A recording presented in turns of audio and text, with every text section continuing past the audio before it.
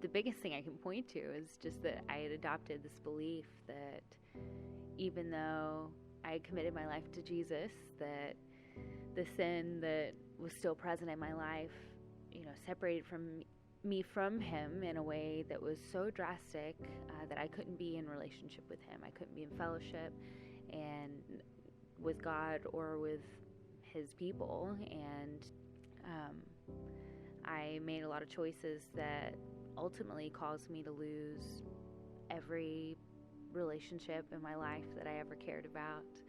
I ended up isolated and lonely and broken and sad and hurt. My relationships with my immediate family even were destroyed. No communication there. I believed that I was a disappointment and unacceptable and unlovable. My marriage was over before it started. I had already adopted the belief that I was unloved and unwanted and undesirable. So it wasn't a big leap for those things to manifest themselves in that relationship. And ultimately that resulted in my husband leaving and being divorced now. And I went from being in full-time ministry to having no church home.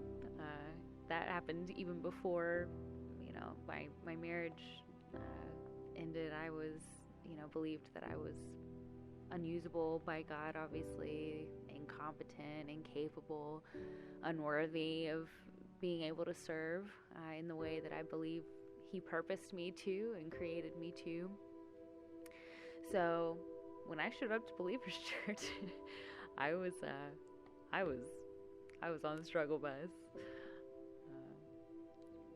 So I came through the doors that day, and I immediately felt connected to the Holy Spirit. I was able to experience God in a corporate worship setting like I had not been able to in a long, long time.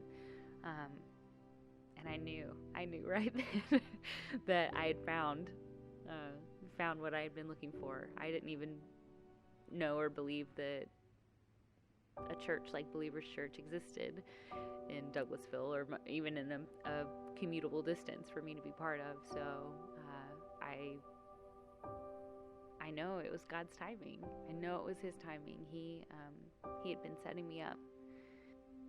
My life looks like chaos right now. But for the first time ever, I feel like I'm believing truth. I feel like I'm seeing the gospel clearly. I feel like I'm getting this understanding of who God is and how deep his love is and how he intended for his people to love each other. And I guess the biggest testimony, or the biggest thing that I would want to share, is just that, no matter where you're at, no matter what you're dealing with, no matter what's happening in your life, he's there. He's there, and he's not done with you. And it's not his heart to be separated from you. It's not how he intended it to be. I mean, he made provision for our failures and our shortcomings and our sin. And if we'll choose to draw near to him, he brings hope and peace and joy and things that no one would expect us to be able to experience in a time where our life is turned upside down and looks like a mess to the outside world. My story's not over. I don't have the answers. I don't know what tomorrow holds.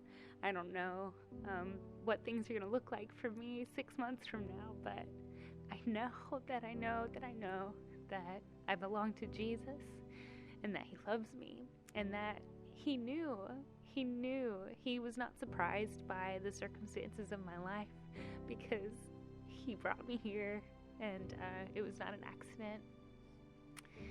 He set me up at my job. It was not an accident. He has been orchestrating. He's been right here at every step, even when I felt like I had run farther than, where I could be reached by him.